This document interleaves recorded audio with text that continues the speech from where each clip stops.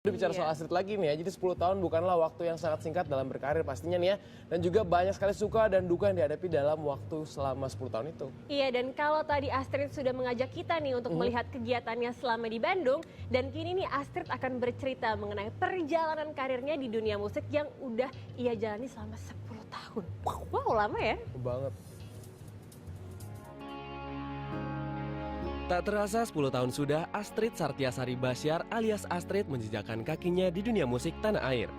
Sebagai musisi, ibu satu anak yang namanya kian melambung berkat lagu Ratu Cahaya di soundtrack film Tusuk Jalangkung pada tahun 2003 tersebut, memendam impian yang secara khusus di-share kepada Entertainment News.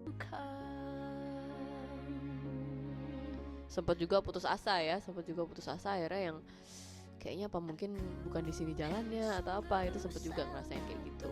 Jadi ada pasang surutnya selama 10 tahun ini. Jadi baru sejak tahun 2010 itu album kedua tentang rasa itu responnya luar biasa di Indonesia ataupun di Malaysia. Sampai sekarang RBT downloadnya masih berjalan, hampir 10 juta download gitu. Jadi dari situlah akhirnya Astrid mulai yang dikenal sebagai penyanyi pop ballad gitu.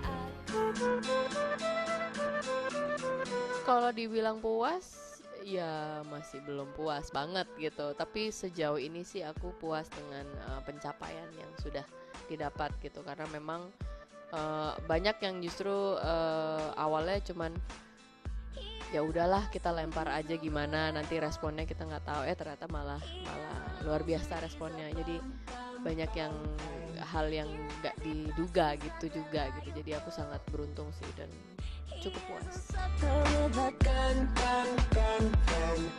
Mungkin memang tidak ada embel-embel 10 tahunnya gitu, cuman memang ditandai gitu. Jadi selama 10 tahun berkarir aku masih ada dan aku masih mengeluarkan album. Ya ini albumnya sudah rilis di tahun yang ke-10 gitu. Jadi album Terpukau ini kenapa aku juga sebutnya Terpukau ya, kenapa judulnya Terpukau, karena memang selain itu judul lagunya, tapi itu juga menandai kalau ya betapa aku terpukau ya dengan proses perjalanan karir ini, proses bikin albumnya.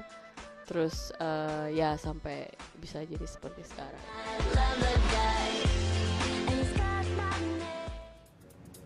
Yes, Astrid berkarir dalam waktu 10 tahun. Dan 10 tahun bukanlah waktu yang sangat singkat. Semakin tinggi pohonnya tumbuh, bahkan semakin kencang juga angin yang menerpanya. Waduh Bimo, kalau kamu kan tinggi nih ya, berarti kalau kamu semakin tinggi kamu, jadi semakin baik anginnya, makanya kamu goyang-goyang terus. Makanya aku suka goyang-goyang. Iya. Bukan Aduh. gitu, Aubrey. Aduh.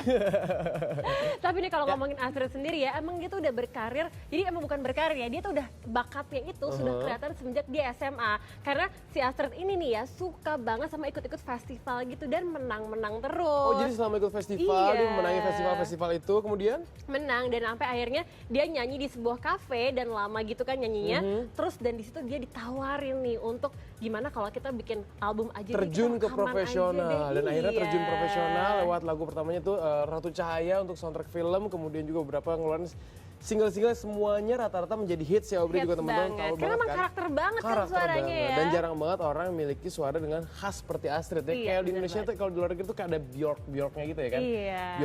Bjorknya versi Indonesia. Tapi kalau berbicara soal album terbarunya Astrid yang sekarang akan keluar nih, sekarang namanya adalah Terpukau. Dan di dalam album ini merupakan representasi dari Astrid, kehidupan Astrid sehari-hari, mulai dari seorang perempuan, kemudian menikah akhirnya, kemudian punya anak, semuanya dituangkan ke dalam lagunya. Dan bahkan dalam satu album itu terdapat satu lagu yang dikhususkan untuk sang anak, yaitu Untuk Anakku. Waduh, ini buat anak laki-lakinya dia yang pertama ya. Pasti nih fans-fansnya udah gak sabar pengen belikan ya, sama kayak kamu kan Bimo? Banget, Astrid. Tapi jangan ngeluarin lagu buat film-film horor lagi, aku gak berani nonton. Aduh Bimo.